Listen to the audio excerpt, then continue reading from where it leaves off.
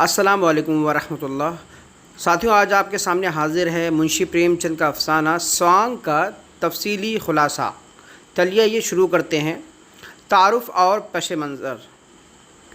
ये कहानी भगवंत सिंह नामी एक राजपूत नौजवान के गिर्द घूमती है जो पढ़ा लिखा है और अपने ससुराल, जो एक सूबेदार का घर है, आया हुआ है।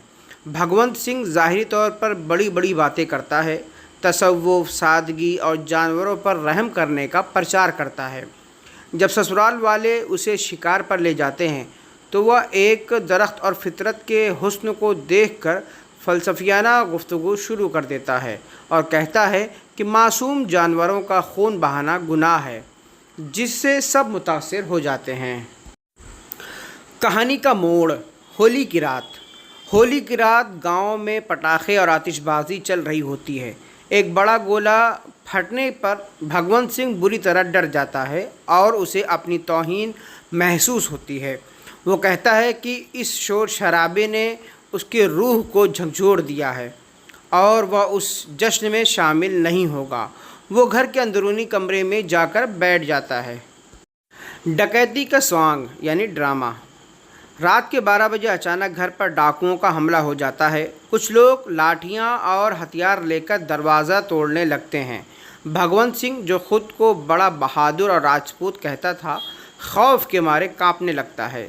वो अपनी बीवी श्याम दुलारी से कहता है कि चुपचाप सब कुछ डाकुओं के हवाले कर दो और अपनी जान बचाओ।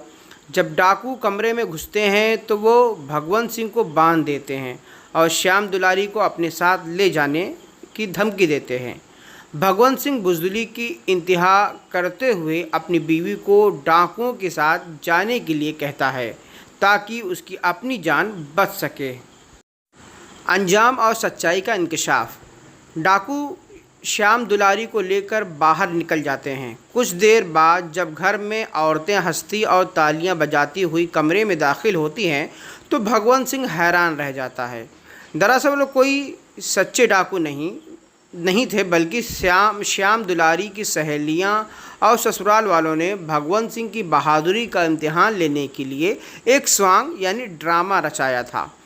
श्याम दुलारी मुस्कुराकर कहती है कि देख ली आपकी बहादुरी। अपनी बुज़दिली छिपाने के लिए भगवंत सिंह आखिर में झूठा दावा करता है।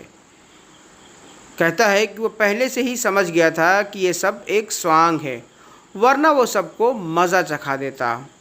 प्रेमचंद ने इस अफसाने में इंसान के ज़ाहिर और बातिन के तज़ाद और झूठी बहादुरी को मुज़हिका उड़ाया है, यानी मजाक के तौर पर पेश किया है। अफसाना यहीं पर मुकम्मल होता है। तो आइए कुछ सवाल व जवाबात को देख लेते हैं। सवाल है, अफसाना स्वांग किसका लिखा हुआ है? तो मुंशी प्रेमचंद का। अगला सवाल है, अफसाने का मरकज़ी किरदार कौन है जो झूठी बहादुरी का स्वांग रचाता है?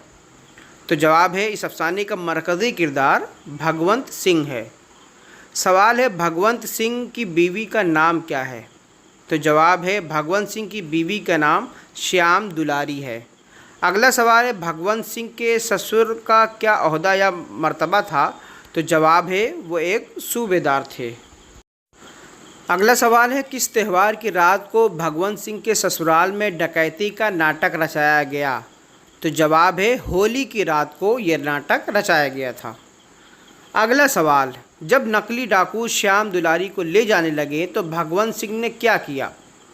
तो जवाब है, वो खौफ से कांपने लगा और अपनी जान बचाने के लिए बीवी को साथ जाने को कह देता है। सवाल है, ससुराल वालों ने डाकुओं का रूप क्यों धरा था? तो जवाब है, भगवंत सिंह की झूठी बहादुरी और राजपूती शान का इम्तिहान लेने के लिए। आखिरी सवाल, कहानी के आखिर में अपनी बुज़दिली छिपाने के लिए भगवंत सिंह ने क्या बहाना बनाया? तो जवाब है, उसने कहा कि वो पहले ही जानता था कि ये सब एक स्वांग है, यानी रचाया हुआ ड्रामा है। यहीं पर हमारा अफसाना मुकम्मल होता है। मुझे उम्मीद है कि आपको अफसाना पसंद आ रहा होगा।